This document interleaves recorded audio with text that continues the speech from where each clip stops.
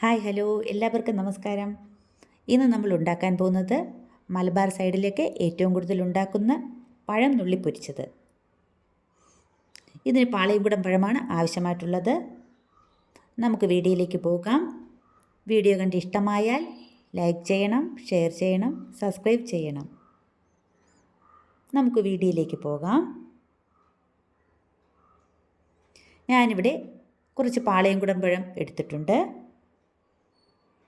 നമുക്കതിനെ തൊലി കളഞ്ഞ് ഒരു മിക്സിയുടെ ജാറിലേക്ക് ഇട്ട് കൊടുക്കാം. ഞാനിവിടെ 6 പാളയംകുടം പഴമാണ് എടുത്തിട്ടുള്ളത്. നല്ല മധുരമുള്ള പഴമാണ്. ഇനി ഇതിനെ നമുക്കൊന്ന് മിക്സിയിൽ അടിച്ചെടുക്കണം.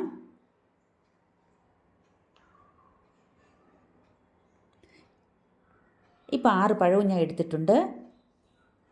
ഇനി ഇതിലേക്ക് 2 ടേബിൾ സ്പൂൺ പഞ്ചസാര കൂടി ചേർത്ത് കൊടുക്കാം. എന്നിട്ട് നന്നായിട്ടൊന്ന് മിക്സിയിൽ അരച്ചെടുത്തിട്ട് വരാം. വെള്ളം ചേർത്ത് കൊടുക്കണ്ട, പഴത്തിൽ തന്നെ വെള്ളത്തിൻ്റെ അംശമുണ്ട്. ഇപ്പം ഞാനിത് അരച്ചെടുത്തിട്ടുണ്ട്. ഇനി നമുക്കതൊരു ജാറിലേക്ക് ഒഴിച്ചു കൊടുക്കാം. ഇതിലൊട്ടും വെള്ളം ചേർക്കേണ്ട ആവശ്യമില്ല.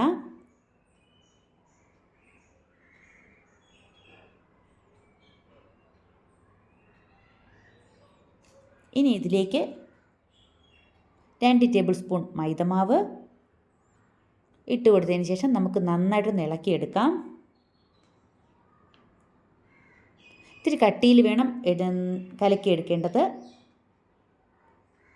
ഇനി 2 ടേബിൾ സ്പൂൺ അരിമാവും കൂടി ചേർത്ത് കൊടുക്കാം.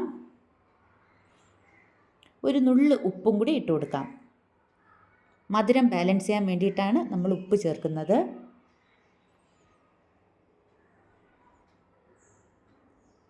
ഇപ്പോൾ ഏകദേശം കട്ടിയായിട്ടുണ്ട്. ഇനി ഇതിലേക്ക് 1/2 ടീസ്പൂൺ ഏലക്കാപ്പൊടിയും കൂടെ ചേർത്ത് നന്നായിട്ട് ഇളക്കി കൊടുക്കാം.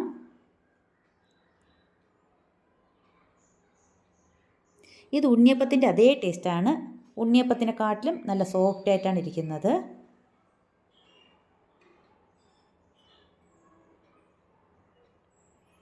ഇനിയൊരു ചീൻചട്ടി വയ്ക്കാം. അതിലേക്ക് കുറച്ച് ഓയിൽ ഒഴിച്ചു കൊടുത്തിട്ടുണ്ട്.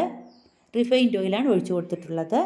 ഇനി ഇതിലേക്ക് നമുക്ക് കുറേശ്ശെ കൈകൊണ്ട് നുള്ളി ഇട്ട് കൊടുക്കാം. പെട്ടെന്ന് ഉണ്ടാക്കാൻ പറ്റിയ ഒരു സ്നാക്സാണ്.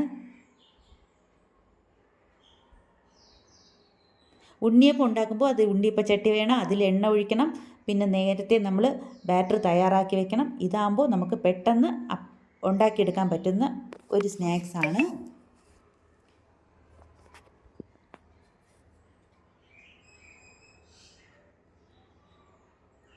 ഒരു സൈഡ് മൂത്തിട്ടുണ്ട്. നമുക്കതിനെ ഒന്ന് മറിച്ചിട്ട് കൊടുക്കാം. സ്റ്റൗ മീഡിയത്തിലായിരിക്കണം, പെട്ടെന്ന് കരിഞ്ഞു പോകില്ലെങ്കിൽ.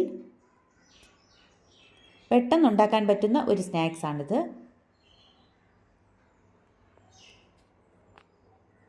ഇത് ഏകദേശം ഒരു 10-20 എണ്ണം ഉണ്ടാക്കാൻ പറ്റും ഇത്രയും മാവിൽ.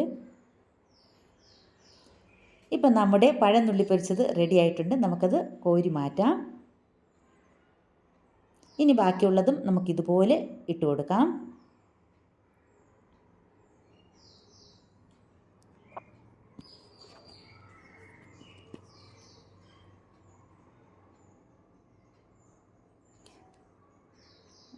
അടുത്തത് ഇതുപോലെ വെന്തിട്ടുണ്ട്. ഇനി നമുക്കതും ഒന്ന് നന്നായിട്ട് ഫ്രൈ ആയതിനു ശേഷം കോരി മാറ്റാം.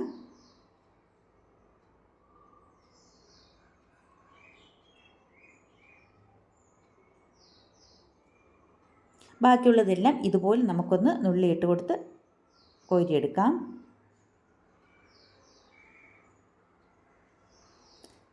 ഇപ്പം നമ്മുടെ പഴം നുള്ളി പൊരിച്ചത് എല്ലാം റെഡി ആയിട്ടുണ്ട്. ഈ വീഡിയോ ഇഷ്ടമായെങ്കിൽ ലൈക്ക് ചെയ്യണം, ഷെയർ ചെയ്യണം, സബ്സ്ക്രൈബ് ചെയ്യണം. Thank you.